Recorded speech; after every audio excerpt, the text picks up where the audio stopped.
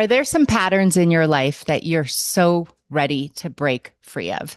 If so, you're going to want to watch today's episode. Today, I have the amazing Jennifer DC, who is a hypnotherapist and a growth coach, and she specializes in trauma informed nervous system regulation. And I am so excited to dive in. So, welcome back to the Violetta Show. Jennifer DC, welcome. I'm so happy to have you on the Via Lieta show, where we may be wired for survival, but we're made for so much more. Oh, amen to that. I love that so much. Well, I have been really looking forward to this conversation with you. And before we dive in, will you just take a moment and share a little bit about you and the amazing work that you're doing today, as well as anything exciting on the horizon that we want to take note of as well? Well, thank you for that opportunity. One, it is such a pleasure to be here because there's definitely some like-mind synchronization going on here.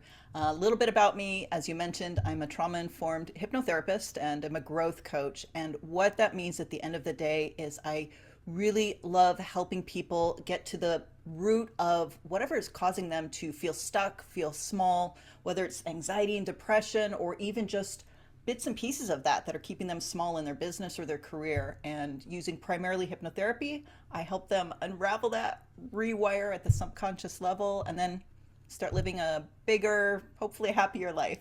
Yes, self actualization at its finest. And I think that's a great segue for what I want to dive into today. And I think you really nailed it. If you look at the anxiety numbers, the Yeah. depression numbers, the mental health problems in the workplace, just among people as a whole, what we're seeing is numbers like we've never seen before. And I really believe that, and this is part of Dr. Abraham Maslow's school of thought, that what a man can be, he must be if he ever wants to experience peace within himself. And if we look at depression and anxiety, there is that absence of peace. And I believe so many of us are stuck and depressed and struggle with mental health because we're not being who we came to be, who we must be. We're not sharing those gifts. And so I'd love to start the conversation there. Why are we seeing so many? And that was me for a long time. I was stuck. And I think it's to your point, we're not getting to the root of it. But why do you think right now, today, so many people are not on the path of self-actualization and sharing the gifts that they came to share? That is a beautiful and complicated question. And my best guess is we're seeing a rise in anxiety, depression. There's a lot of, challenging things going on around the world, but there have been challenging things going on in the world for a long time. And We didn't start the fire. exactly, exactly. So life is probably easier for us today than it was 100 and 1,000 years ago. But one, I suspect because we're more isolated from one another. We've got social media, but there is so much science and truth behind when we're connected, when we have our tribe, not only our little family, but our connected community around us.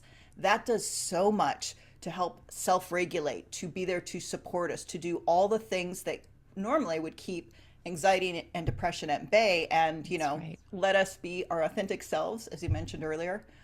But without that, when we're more on our own, when we're figuring it out on our own, and when we don't have as many people to lean on, yeah, I just think that just sort of makes it ripe for anxiety, depression, etc., to go up. Yeah. Yeah. And, one of my biggest challenges during my corporate sales career, because I know you work a lot with sales teams and this is a passion we have.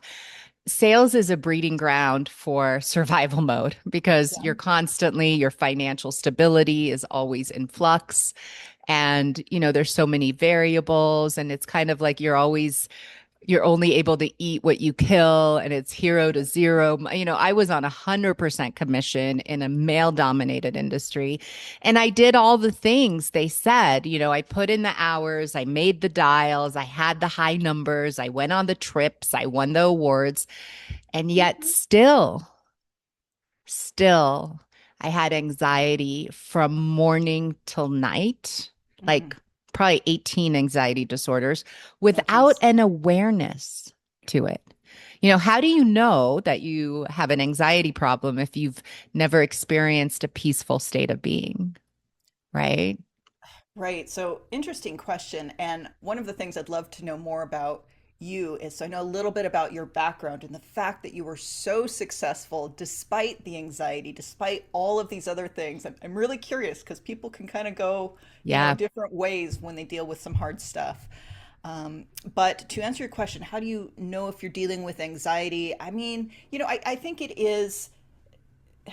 I think when your values align with what you're doing, you feel more at peace at what you're doing. You're able to be more successful at whatever it is you're doing.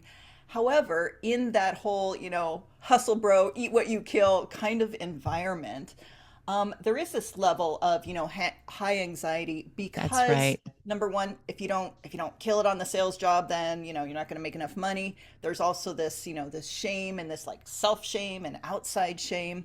And just a little, it's interesting that you did so well in sales and you're so successful today um, in that environment. I have not spent a lot of time just in sales by itself, but I'll never forget. I want to bring this back to something that you teach in sales about the part of its key is being connected to others. Because I'll never forget a sales job I had a bunch of years ago.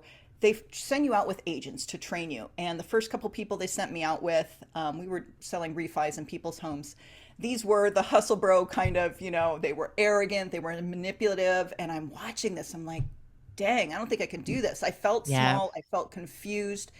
And then I was sent out with an agent he was human, right? He was Mm, a human being. He asked questions, he yeah. listened, and he did really well. And I'm like, that I can do because I didn't know what to call it at the time, but he was being regulated. He was allowing the people with whom he was having the sales Yep. conversations to be regulated. And so he did And well. I love that you're saying that. My keynote is regulate to elevate because I really believe regulation is one of the biggest skill gaps in the workplace. And I really believe that that was the missing piece for me. I did not even know I had a nervous system, that it was dysregulated mostly, and that I had the power to regulate, get out of survival mode. And Yes. to your point, yes, I was very successful because I put in more hours, more dials. Like I had a very strong work ethic. I'm an immigrant kid, right? Like that's our baseline. But A, at what cost? Yeah. Right. And ended up blowing up my entire career eventually because you can only Mm. run so long. But also imagine how successful I could have been and Yeah. joyful and peaceful and all the things had I been taught about my nervous system and survival mode and dysregulation. And while I feel that the corporate environment, sales environments are breeding grounds, I've also done enough research, and I'd love to dive into this with you to understand that it's not really about what's happening right now. It's not Mm. it's not our Interesting. spouse or our teenagers or our bank account or our president or mergers and acquisitions or territory cuts, all the things that I thought that were outside of my control that I would contribute to my being stuck and having anxiety. But what I've learned is that our response to stress is Yeah. really wired into us at a very young age. Yeah. And so it's not the stress, it's how we respond to the stress. And that's based on wiring from Yes. early on and even before that. So I'd love for you to share a little bit about that because I think this is where most people get it wrong. They think they need to solve the burnout problem by providing gym memberships or even having like, a meditation room, which I'm all for. But if Yeah. we're not going to get to the root, to your Yeah. point, girl, if we're not going to Yeah. get to the root, nothing is going to happen. So, talk to me a little bit about this whole wiring and how we're wired to respond to stress. That is one of my favorite topics, and it's such an important question to ask because as you mentioned, we can look at our current lives and wonder, okay, there's some stressful things, but why do I feel so anxious or so depressed? My circumstances don't explain it. And it is absolutely because our brains are literally rewired so that the things that we're not consciously thinking about, but our subconscious mind, right, which is that's our stored beliefs, memories, events, our habits, those are stored and they are dictated by our fear response, our amygdala, right? So when we're not consciously thinking about something or other, it's our amygdala and it's our subconscious mind that's driving how we think and how we feel. And you mentioned 2 points. If, for example, when we were children, especially when we were children, if we lived in a really chaotic environment or went through traumatic stuff or something along those lines, that wires us early on, tells our amygdala, hey, stay alert at all costs.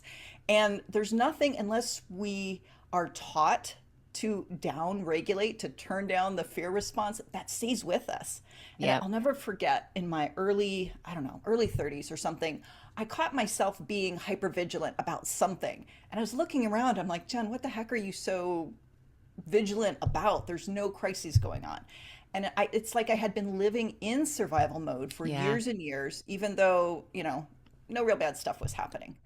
And it's because our brain gets wired a certain way. And until we change it, that's its default mode. And Nothing that's all. changes until if nothing changes, Yeah, right? yeah, Yeah. exactly. Yeah. And if we don't know the root, so for me, it was really when I got fired a decade ago and all of a sudden I didn't have all the money I was making like that was my identity, like my ability to make a lot of money month Yeah. after month, be a top producer. That was my whole identity. Without it, I didn't even know who I was. But I also know like what a blessing it was because I had to lose Mhm. everything and have everything shatter to start asking those deeper questions. Like, why do I have some of these patterns? Why am I, in spite of my success, why do I still never feel good enough, even if I finish first in the company? Yeah. Why am I so empty inside and always having to prove my worth and worried that it's all going to fall out? Like, where does that come from? And why do other people who are like nowhere near as successful as me seem to have this level of peace and ease and Yeah. confidence that I just could not access? And that was when I started my hero's journey, really, right? And I had to go into the forest and face the demons, and I didn't want to, and it was terrifying. But that's when I attracted the book, The Body Keeps Score. Yes. That And is that was the such an beginning important book. Hmm. because I never looked at how my childhood adversity, and as an immigrant kid, as a kid who lived in poverty, neglect, Russian immigrant during the Cold War, not, exactly welcomed by my Yeah. friends and by other Americans. And then on top of it, to have a father that was a Holocaust survivor and still had so much rage from the Holocaust that when he was in survival mode, that came out. All those things were the reason why I either rose, and mostly it was coward, or coward in Okay. certain situations. And I had no idea. And it was because the threat of like what was happening Yeah. wasn't it was like it wasn't the real threat. The real threat stemmed to life or death back in childhood. And so the littlest things would send me on a spiral, and Yeah. then I'd have these destructive coping mechanisms, and then I'd waste energy for 3 4 days where I could have just been like, oh, I lost a sale, okay, I'm going to come up with a new campaign and get excited and call a few more people and make it up times 10. I Right. didn't have access to that thought because, like, for me, any sign of financial loss Yeah. meant that I was not safe. Yes. Yes. That Danger. right there. I'm not safe. Danger, Yes. which we can take that cue and we apply it obviously in the real dangerous situations. Great. Our brain is serving us well. But in the Yes. mild situations, it's not serving us well. I'm curious, Violet, how when you started discovering this, when you read The Body Keeps Score and those kinds of things, how did you then go from being in this constant survival mode, which I'd love to hear more about your story, Mm, about how you got put into survival mode, but how did you go from survival mode to a more regulated state of being? How did you yeah. discover that? Because I think that's not easy to come across. No, and it took a long time. Like it didn't happen overnight.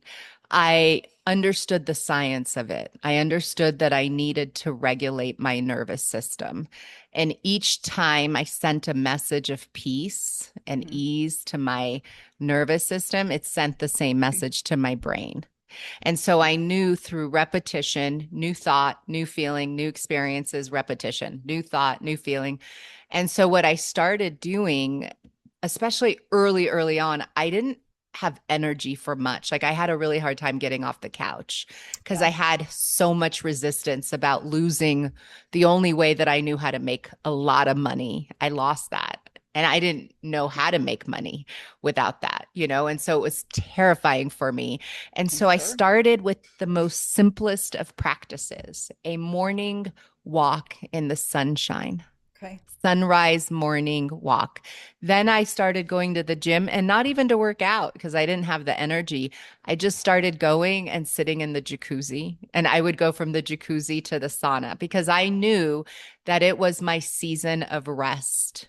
It was Yeah. not my season to make money. It was my season to have breakthroughs, to rest. And the Interesting. biggest transformation for me, which I think made the biggest difference, is about it's going to be 9 years in March. I started a morning meditation practice, guided Okay. meditation every Okay. morning. Like I meditate at least 6 days a week. And I got to a point where I was meditating for 111 minutes. I was doing the Dr. Joe That is some Dispenza's, dedication, but girl. I was so blissed out I couldn't function. Like I didn't like I was so, most days I do 20 to 30 minutes, sometimes I do 45.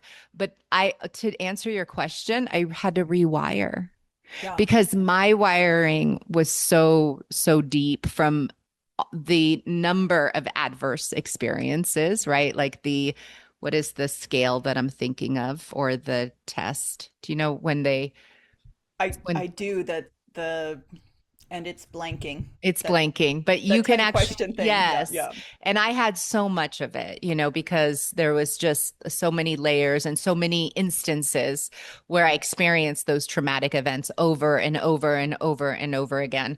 And so that's why it was so hard for me to get diagnosed when I would go to a therapist because I was a perfectionist. And you would show up and you were I, successful and you that's looked right. good. So what That's could be wrong right. with I'm you? perfect. Everything's Yeah. perfect. Yeah. And so I couldn't be properly diagnosed. I noticed that other people there was a difference between like the girls I went to school with. There was an ease about them that I couldn't access, but I didn't even have Ah, those words at the time. So like all these things started making sense to me. And for years, like I thought that was the root, Jennifer. I thought the root was my childhood trauma. oh, okay. And that was just That's a a lot of it. layer. It was a That's lot a of lot it, of but it it for was sure. it was not the root. Because Yeah. it was about a couple years ago, I was like, okay, I have done so much work. Like What I the have hey? done Why am it I not all. fixed yet? What is this deep grief? What Mm, is this deep hypervigilance? What is yeah. this deep fear that follows me wherever I go? Like if I go to public places, why am I always looking for an exit? What is that about? Why do Yeah. I have these downloads of like massacres happening and blood and, like nightmares about it? And I had heard over and over, there's always signs, but I didn't really pay attention, this word called epigenetics. Yeah. Epigenetics. And so I finally decided to do a little bit of research. And while I knew that I was the daughter of a Holocaust survivor and the granddaughter of four Holocaust survivors, I didn't know that that was a thing. Like Epigenetics. Yeah. exactly. And Yeah. when I finally read about it, so I would love to dive into this with you because when we originally spoke, you explained it so beautifully. And I think it's hard to wrap your mind around.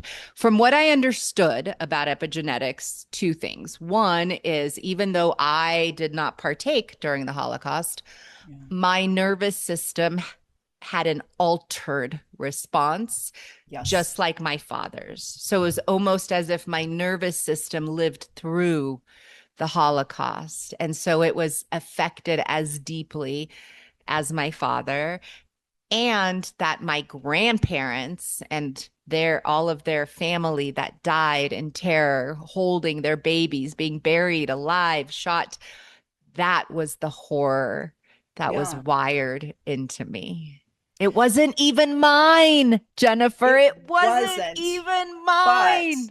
you were dealing with a lot of things. So, number one, it wasn't yours, but it was your father's, whom you were raised by, who had all of his good traits. And also, I'm just guessing, if he lived through that terror, That's then right. his nervous system had to be on high alert. And as you're Always. raised by somebody who was on Yes. high alert, and I don't know the And not story, a but I'm safe guessing. person when he was in Yeah. survival mode, right? Like he Yes. became like I'll say that the very war he ran from, Yeah. he Yeah. brought into our home And so you learned, so from your subconsciously nurture environment, how to be, in survival mode, how to at be all alert time. from your dad and then from everything else. Yep. I could But you, smell danger a mile away. yes. I could feel it. I have this And amazing ability to read people. yes. And which is a good thing, but it also can cause us to be hyper alert and to That's see right. danger where there's not danger, or to, kind of blow up how much danger there And actually it's is. exhausting. Yeah. It drains And you it's to live in that confusing, kind of, yep, and it causes you to not be able to show up as your authentic self, that's right. as you were talking about earlier on.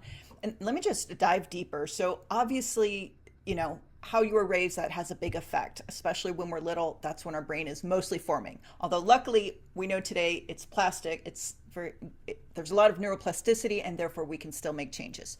But going beyond that, you talked about like that deep seated fear. What the hey? Why am I feeling that? I didn't go through the Holocaust. My dad did. My grandparents did, which is Mm, in itself horrible. But epigenetics, like you mentioned, we've now discovered there's so many interesting, fascinating studies, both with people and with animals, that show epigenetics, that is the ability to pass down fears, sensitivities, stress responses, the ability to bond or not, the ability to love or not. Um, it is that can cause somebody who didn't go through the Holocaust, who didn't live through a famine or something, but to be just as or almost as afraid and hyper alert and yeah. hyper aware of that. And it's a real thing, which is interesting. Yeah. And I loved how you explained it because I understood that had I had a more peaceful upbringing, I Mm. would have had a chance to not grow up with so many anxiety disorders. And you helped me see that even in a calm, peaceful, safe home, because of this lineage that I carry, that the Yeah. fears still transfer. It absolutely does. So there are, talking about studies on people. There's a woman who did a study in, I think it was 2016, on the adult children of Holocaust survivors I know specifically. who that is, Dr. Oh gosh, Rachel Rachel. Yeah, somebody. Yehuda. Yehuda. Yes. Yes. Yes. My goal is to interview her as well. But yes, I know exactly. She And I should think be it on the was show. more like, I think it was more like 15, 20. Yeah. So 15 years ago. It was a long time ago, right?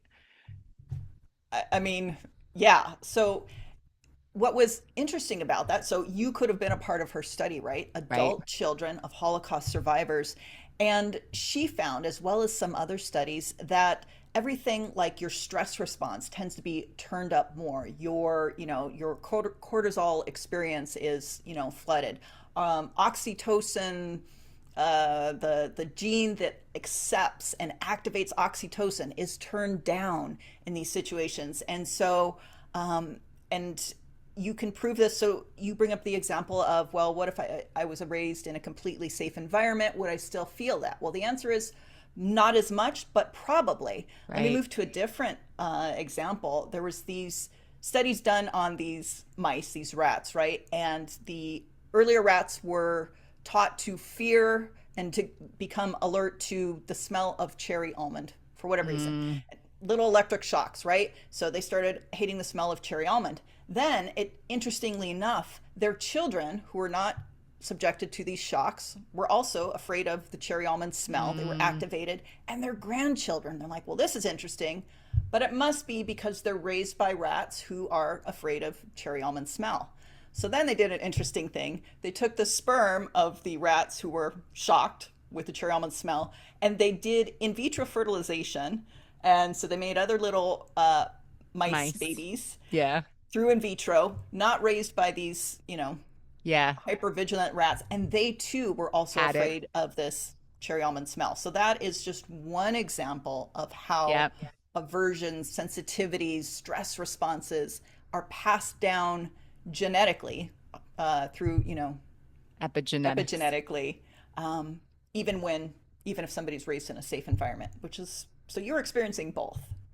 Well, and it makes me think one of the things I remember my father saying, and interviewed him a lot about the Holocaust. And the one thing that always stood out is how terrified he was of Hmm. planes going over his head Yeah. because the planes meant bombing. And so he'd run for his life. And he like, even as an adult, when he would share these stories, I could feel how terrified he was running for his life at a young age. And what's interesting is I live in the path of planes, like Oh, planes fly low and go right, yeah. and I can feel that Do you feel same. that too? I Do you have feel that it. same fear? I have the Interesting. same fear, and I work with it. So like part of like I want to duck and run, and like it's silly. Like of course the plane's not coming down, it's not crashing. Like why does? Yeah. But it's not just planes; it's loud noises. This was the first 4th of July that when I heard fireworks, it didn't cause me to curl up in a ball. Really? It's taken that many years of so you just were sucking it up all the years previously. I don't even have an aware. I just thought I didn't like fireworks, but Yeah. I didn't know. Like I liked how to see them, but this loud sounds, loud bangs, planes flying low overhead, that Yeah. noise, it's so wired within me because it was Yeah. life and death to Yeah. my father. Like you don't get out, of the way, you're going to die with those bombings, And so what's interesting though, I know, did you say your father and your grandparents also were Holocaust survivors? Or were you No, talking about me? Oh, you're talking about me. I was talking about you. Yeah. So I They had know, different experiences. well, but that's where I want to go with you, Jen, because is it okay that I call you Jen? Please. Yeah. Okay. Yeah. Perfect. Um, I always have nicknames for people I love. So I feel that even though I am extreme, like I know, most people did not grow up with Holocaust survivor parents, grandparents. I do believe that the things that hold us back and keep us from the life that we came to experience, while a lot of that is our childhood wiring, I really feel strongly that for the majority of us, we are carrying the traumas of the past, the fear of the past, and that some of that doesn't even have anything to do with us or our experience in childhood. And that's what we're seeing in the workplace today is these people that are Interesting. in survival mode feel threat from every angle in the workplace. So share with me what you think about that. Like I know that a lot of wiring comes from childhood, Yeah. but I also know that you cannot not look at the trauma of your mother, your father, your grandparents, and your Yeah. lineage if you're really looking to understand yourself as a whole. And it was Dr. Maslow who said that self study is the highest form of study because to understand yourself, your limitations, your patterns, your beliefs, you must understand before you can change anything. So, share with me what you think. Like, do you think that part of the big problem with so many of us in survival mode is that, yeah, maybe 50 or 60% of it is childhood trauma, but there's this other element that we might not even be like Vietnam War. Like if we had a Yeah. parent that was in Vietnam or a mother, that was beaten by, whatever it was, I do think we carry that weight of the generations that came before.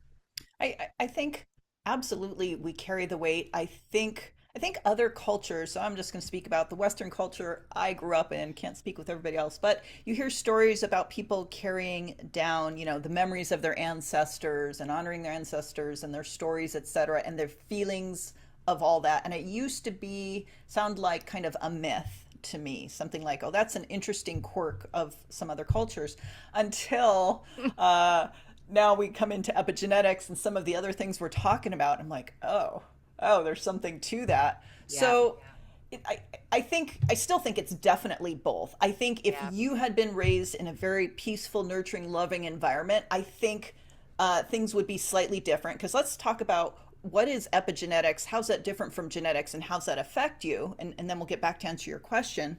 So if we think of genetics as, let's say, a piano with its keys, there's what, 88 keys in a piano. You get what you get. Your skin color, your hair color, that's what you get. Epigenetics is is maybe the pianist who's playing it, who's deciding which of those Mm, keys are going to get played and which are not going to get played. And if, for example, your father and your grandfather passed down these fear, what happens is, so going back to those keys that you were given, your stress responders keys are either turned up or that's right. turned down. That's right. Your the oxytocin turned up, turned down, serotonin receptors, your ability to create So BDNF, it's all of these. how loud Yes. or how low Yes. yeah. Yes. And so let me get to the flip side of this, which I do think it's both. I do think some of it's from the environment, I do, and some of it's from what we inherit. But also, I've always hated the idea of fate, because Mm, fate means you can't do anything about it. You get what you yeah. get. I hate that Yeah. idea.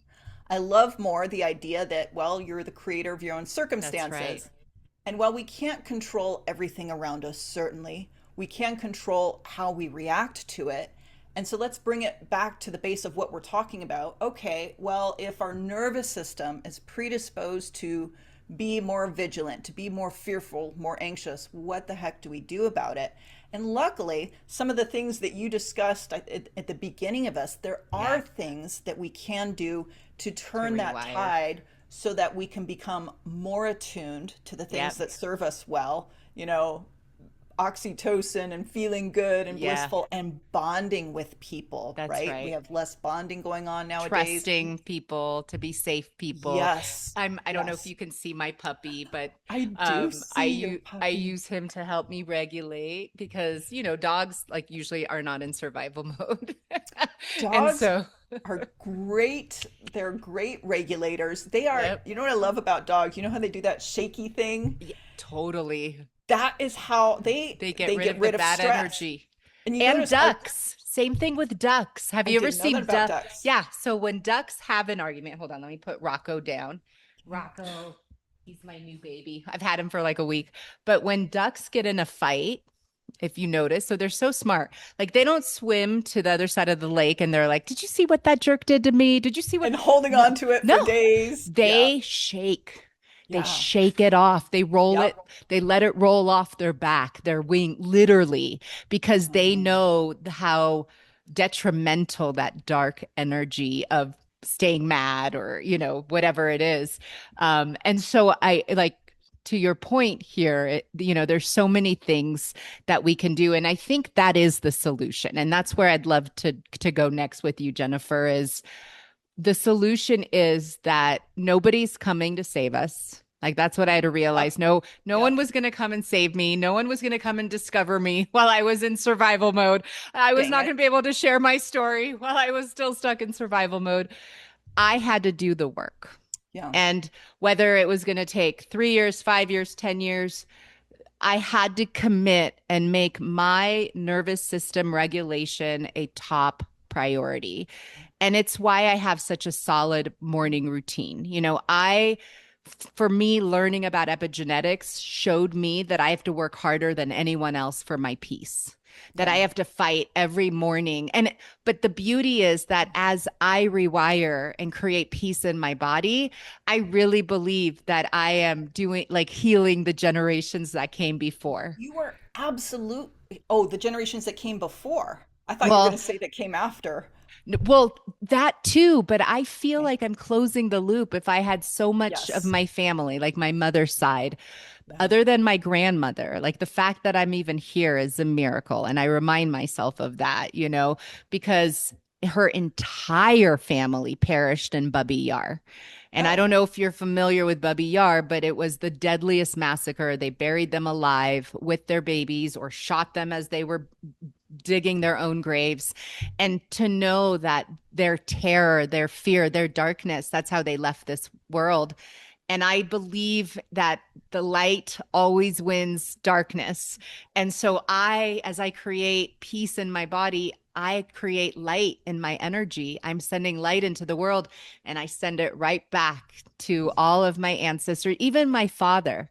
I would do this meditation where I'd go back and I would hold my father when he was 3 or 4 and give him yes. food and water and give him the kindness, the care, the mercy that he needed, but That also he didn't what he get. couldn't give me because he didn't get it. And that's how I Yeah. closed the loop on our relationship. Is it might have started with so much darkness that was not even his fault, if you will. Yeah.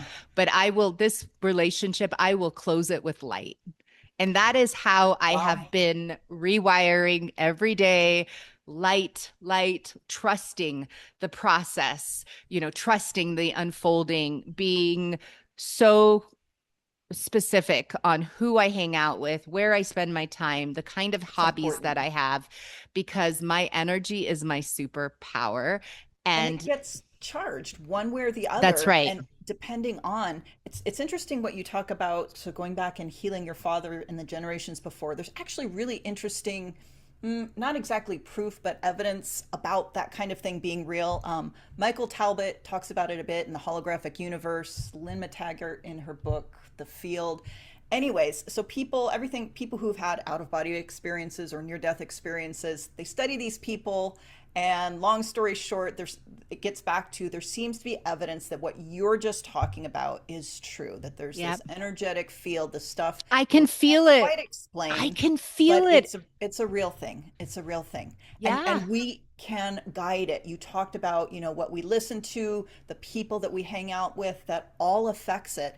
And doing your daily practice, That's right. meditation, exercise, it's not the end all answer, but it's a really It important one. helps. And then, Yes. like with meditation, so, as a hypnotherapist, people come to me and say, I meditate and it doesn't help. And for others, it does help. But I would say there's a lot of different kinds of meditation. That's right. And if you don't know where to start, find and try a few of guided meditations that make you feel good, that take you Done on that a hero's journey or 100%. something like that. That's Yep. exactly what finally worked for me. I only do guided. Now I've meditated enough that I can sit and focus on the nature, the tree, I can quiet my mind enough, but I couldn't do that back then. And Yeah. so guided meditations, I Mhm. love Brian Scott on YouTube. I used to listen to him all the time. I'll look I, him up. yeah, and he has so many amazing ones. To your point, he does quantum jumping meditations, which I love. But I would love to know, as we wrap up here today. So we kind of talked about like the problem, then the root of the problem, the real root of the problem, and why it's keeping so many of us stuck and what we can do about it. What is like one of your best tips or favorite tools for rewiring that somebody could do daily? And I know we already discussed guided meditation, but what if Yeah. that's something that they're already doing or they don't have time for, whatever it is? What are some one or two of your favorite practices to rewire and regulate? Definitely have some favorite practices. Okay, to start out with, we are going to talk about just slowing down our breathing because that just interrupts the crazy thought looping that's going on. It Yeah. relaxes our body a bit. But then, so then what? What do? You can think like, I'm happy, I'm happy, I'm happy, and it's not happening if you're Happy, just healthy, staying happy, this. healthy, happy, healthy. Yeah. So you've got to introduce emotion into that. You got to Mm, introduce emotion and you got to, visualize it as best you can. So one of my favorite things to do is after you kind of quiet your mind a little bit, whether through a guided meditation, if you're doing hypnotherapy with somebody, or even on your own, is you're then introducing feelings that make you feel good. So how do you do that if you're in the middle of a crisis or storm or something? Well, you bring to mind, a happy memory. Like Yeah. both of us have kids. So one of my favorite go-tos is I bring to mind a sweet moment with my kids, of them Mm, hugging me or of us doing yeah, something fun. And that just makes me feel all glowy inside. that's It right. interrupts whatever anxious stuff was going on. And when we do that, when we conscientiously, whether we're bringing up a memory of the past or we're future, Yep, projecting something we want in our life about ourselves, that's about the right. world or whatever. And when we not only say, I want this to happen, I hope this to happen, but we imagine ourselves experiencing it happening, experiencing being a part of a loving relationship, Hmm. experiencing being a part, being successful in our Being on a business, global stage, traveling to being Dubai in on a first global class. stage. Yes, girl, which is going to be fun watching you do. The other thing, and let me say this. So some people, I have to give you props coming from where you came from and being who you are, because some people never break out of that. That's How the right. heck can I start being They're successful? I feel stuck. so small. I'm so scared. Yeah. The way that you start, and some clients will be like, I'll, imagine yourself, and they'll be like, sorry, Jen, I just can't. Right. Okay. So then you borrow it from somebody else. Find Mm, somebody who is doing what you want to do, who's being who you want to be, whether it's the Dalai Lama because he's at complete peace, or somebody who's super successful in business. Imagine being them. Imagine what it's like yep. walking around in their shoes. And you can actually start to feel like, That's like, right. How oh, they, this is yeah. how they experience a sales call. Oh, Yep. this is how they look at a failure, a failure. I didn't make the sale, instead of somebody who's hyper vigilant, scared, like, oh, that means I suck. I I'm never going to suck. be Yeah. successful. It just That's right. means they're interpreting it as, oh, I didn't get that one. What can I learn from that one? How can I Yep. prepare better Move for the on. next one? And they move on. The duck, water off the duck's back kind of That's right. thing. And So, yeah. I sort of did that subconsciously with Felina. Oh, Felina Hansen, for my viewers that don't know, she is the founder of Hera Hub and runs this global community where she has helped almost 20,000 women jump from corporate into starting their own business. yeah. And she's one of the reasons I started my business. In fact, it was 10 years ago this month that she sat with me after I got fired. And I remember I never saw rain the way it was raining in San Diego that day. And Huh.